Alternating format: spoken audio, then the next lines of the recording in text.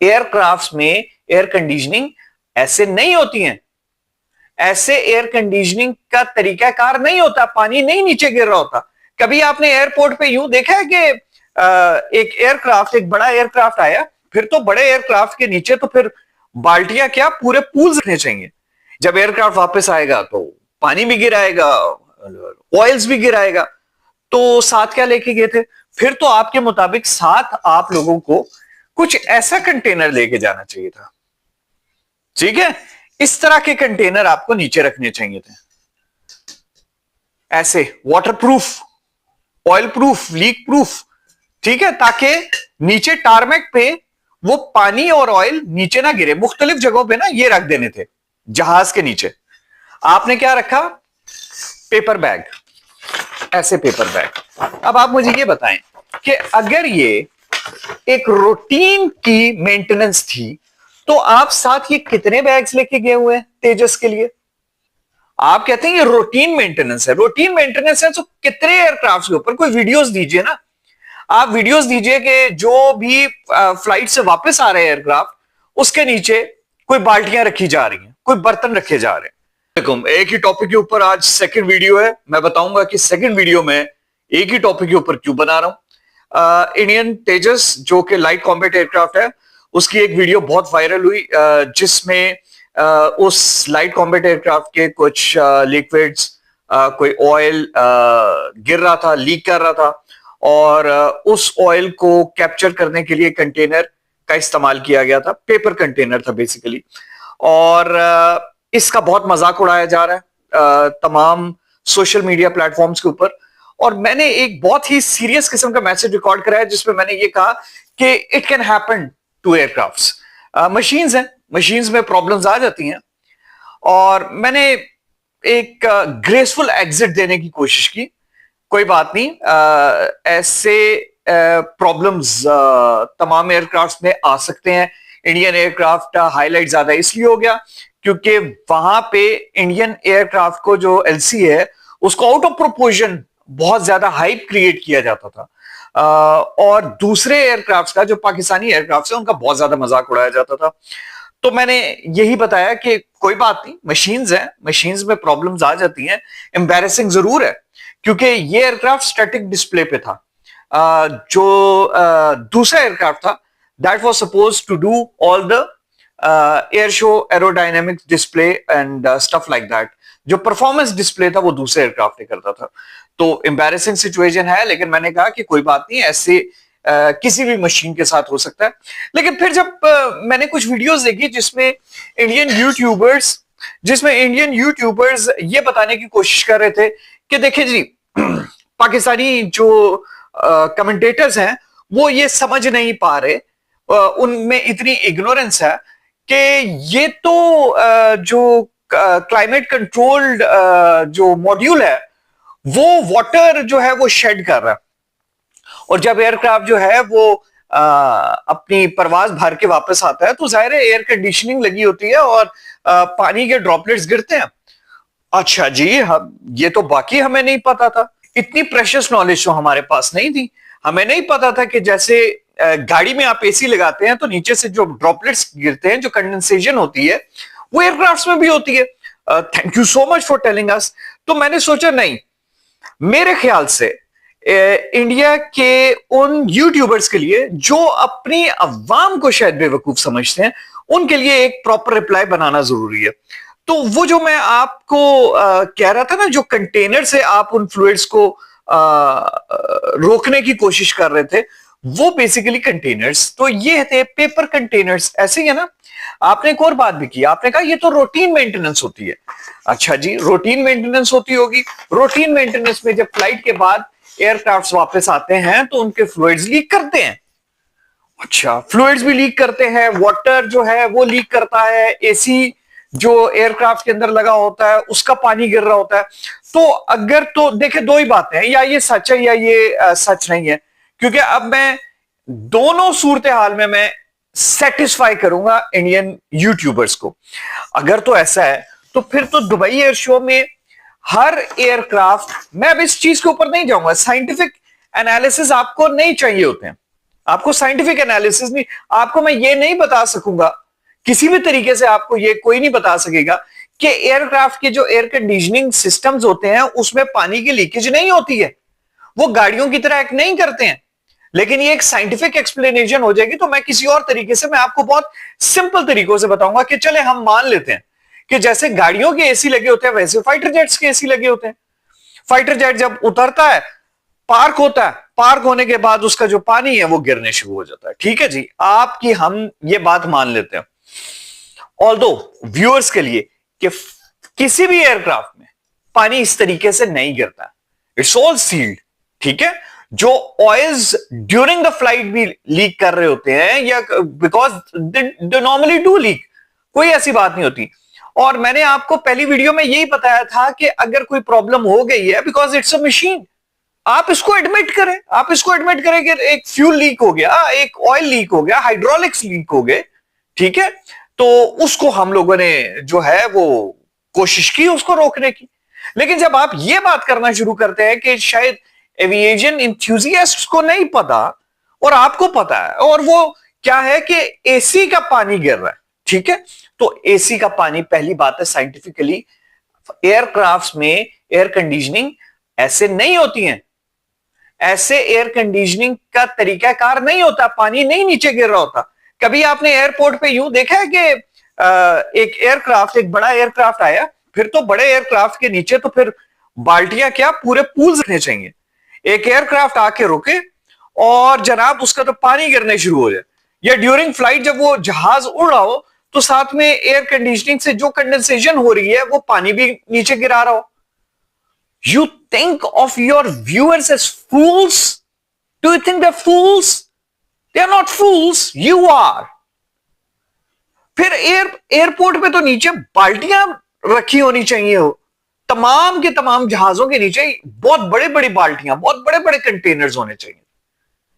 आप कहते हैं ये रूटीन मेंटेनेंस है, रूटीन मेंटेनेंस है तो कितने एयरक्राफ्ट के ऊपर कोई वीडियोस दीजिए ना, आप वीडियोस दीजिए कि जो भी फ्लाइट से वापस आ रहे हैं एयरक्राफ्ट, उसके नीचे कोई बाल्टियां रखी जा रही हैं, कोई बर्तन रखे जा रहे हैं। अच्छा जी, चलें हम मान लेते हैं, चलें जी, हम for the sake of satisfying your next argument के हम गलत कह रहे हैं। ठीक है, हम मान लेते हैं कि ऐसे ही है, पानी ऑयल्स यूं गिरते हैं, नॉर्मल है। अच्छा, फिर आप ऐसा कीजिए, और आपने ये भी बताया कि ये नॉर्मल मेंटेनेंस होती है। अच्छा, अगर नॉर्मल मेंटेनेंस होती है तो मुझे ये बताएं, ये तो फिर आपको पता होगा ना कि ये मेंटेनेंस होनी है। ठीक है, जब एयरक्राफ्ट वापस आएगा तो पानी भी गिराएगा, ऑयल्स भी गिराएगा, तो साथ क्या लेके गए थे?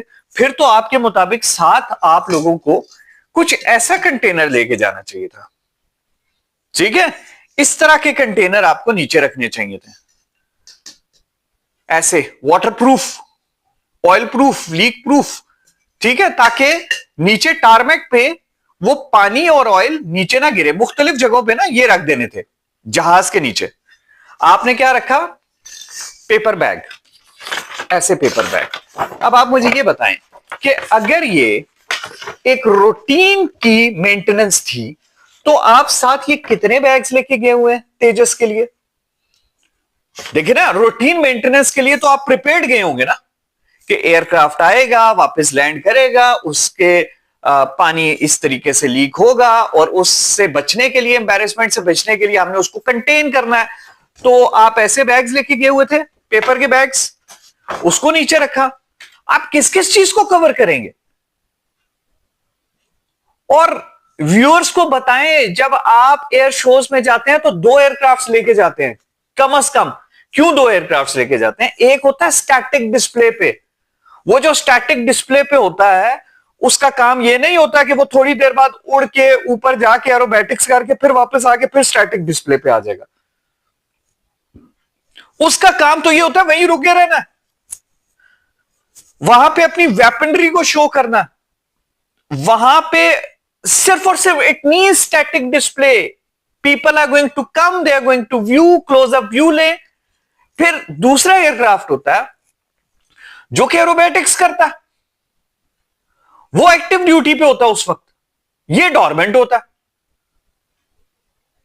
तो कुछ टाइम के लिए ये खड़ा रहता है, 3-4 दिन जितना भी होगा ये खड़ा रहेगा। ये एयरक्राफ्ट खड़ा रहेगा जो स्टैटिक डिस्प्ले पे होगा, जो एरोबैटिक्स के लिए होगा वो अपने स्टंट्स करेगा। तो एजुकेट करें अपने अवाम को। आप पूरी दुनिया में क्या मशहूर कर रहे हैं? देखें, एक चीज को अगर आप ग्रेसफुली एक्सेप्ट कर लेते, ग्रेसफुली, आप ग्रेसफुली ये कहते कि जिस तरीके से मैंने भी यूट्यूब पे जो पहली वीडियो बनाई थी उसमें मैंने ये कहा था कि तेजस है, उसके साथ एक प्रॉब्लम हुआ है, और मैंने बाइज्जत वर्ड्स यूज किए थे कि आप लोगों ने उसको कंटेन करने की कोशिश की। उस वक्त तक मैंने ये नहीं कहा था ये पेपर बैग आपने नीचे रखे हुए थे, ये पेपर बैग थे, ये वाले बैग्स ये आप लोगों ने नीचे रखे हुए थे, ये आपकी प्रिपरेशन थी, ये आपकी इंजीनियरिंग टीम अपने साथ के पेपर बैग लेके आई है, क्योंकि आपके मुताबिक ये तो एक रूटीन का अमल है। तो आपको यही मशवरा है कि अपनी आवाम को बेवकूफ मत समझिए। I am pretty much sure they are not that stupid. Most of them are peace loving wise people. उनमें वो वॉर मॉन्गरिंग नहीं है जो आप जबरदस्ती इंस्टिल करना चाह रहे हैं। जबरदस्ती चीजों को कवर अप ना कीजिए, एडमिट करना सीखिए। Nobody is perfect. कितना आसान होता और कितना अच्छा होता कि आप उसको ग्रेसफुली एक्सेप्ट करते। आप कहते कि हां, तेजस का एक इशू हुआ और उसको हम लोगों ने सॉर्ट आउट कर दिया, गुड इनफ। इतनी बड़ी कंट्रोवर्सी ही ना बनती। आपकी इस एक्सप्लेनेशन के ऊपर दुनिया हंस रही है। यही तो वजह है कि ऑपरेशन सिंदूर में आपकी क्रेडिबिलिटी जीरो थी। People are not listening to you anymore. फिर एक और मैंने वीडियो देखी, उसमें दिखाया है JF-17 थंडर फ्लाइट में है, और मेरे पास इस वक्त F-16 ब्लॉक 50-52 का मॉडल है। तो यहां से उन्होंने दिखाया कि ये देखें जी, ऑयल की लीकेज तो यहां से, come on, this is where the regular fluids normally can come out of the body just below the engine. Not a big deal. Things become big when you try to cover up things. जब आप उल्टी सीधी explanations देते हैं, कितना simple explanation थी, कितनी simple. Problem होगी, हमने उस प्रॉब्लम को देखा, उसको हमने सॉर्ट आउट करने की कोशिश की, नेक्स्ट डे हमने उसको क्लियर कर दिया। People are not going to remember it for a long time. आप जितनी उल्टी एक्सप्लेनेशंस दे रहे हैं, जितनी, आप उतना अपनी इग्नोरेंस को भी लोगों को दिखा रहे हैं। आप ये भी बताने की कोशिश कर रहे हैं कि हमारे अवाम या हमारे व्यूअर्स या हमारे चाहने वाले, हमें देखने वाले शायद बेवकूफ हैं। तो नेक्स्ट टाइम जब आप लोगों से ऐसी कोई मिस्टेक हो तो एडमिट करें, ग्रेसफुली एडमिट करें, not a big deal. Machines हैं, मशीन्स के साथ हो जाता है। लेकिन ये कहना कि जनाब पाकिस्तानियों को ये चीज नहीं पता कि जब भी एयरक्राफ्ट वापस लैंड करता है तो जो एनवायरमेंटल कंट्रोल यूनिट है, वो जो कंडेंस वाटर होता है, ये ड्रॉपलेट्स नीचे गिरते हैं। तो नेक्स्ट टाइम जब आप देखेंगे कि बोइंग 777 कहीं पे खड़ा है, तो गौर जरूर कीजिएगा कि बोइंग 777 जब कहीं खड़ा होगा तो कितना पानी वो अपने एसी यूनिट से गिरा रहा होगा। तो अपने अवाम को बेवकूफ मत समझिए, दे आर नॉट, ठीक है। और the world knows everything, the world knows everything, ठीक है। तो ये मेरा एक पैगाम था। मैंने पहले बहुत कोशिश की कि मैं एक डिग्निफाइड तरीके से तेजस के जो एक प्रॉब्लम हुआ उसको प्रेजेंट करूं। अभी भी मैं यही कहता हूं, मैं अभी भी यही कहता हूं कि यार कम ऑन, कोई मसला नहीं, आपके तेजस का एक इशू हो गया, थोड़ा एम्बैरेसिंग था, लेकिन कवर इट अप और let's have a healthy competition. We are up for competition, we are not afraid of any competition because we know that we are doing well. Everyone makes mistakes, doesn't matter. तो मत इस तरह कीजिए। आप अपना एक तमाशा बनाते हैं दुनिया में और आपको उससे कुछ हासिल नहीं होता, कुछ भी हासिल नहीं होता। Do like, subscribe and support Professor Adil Azmat. Allah Hafiz.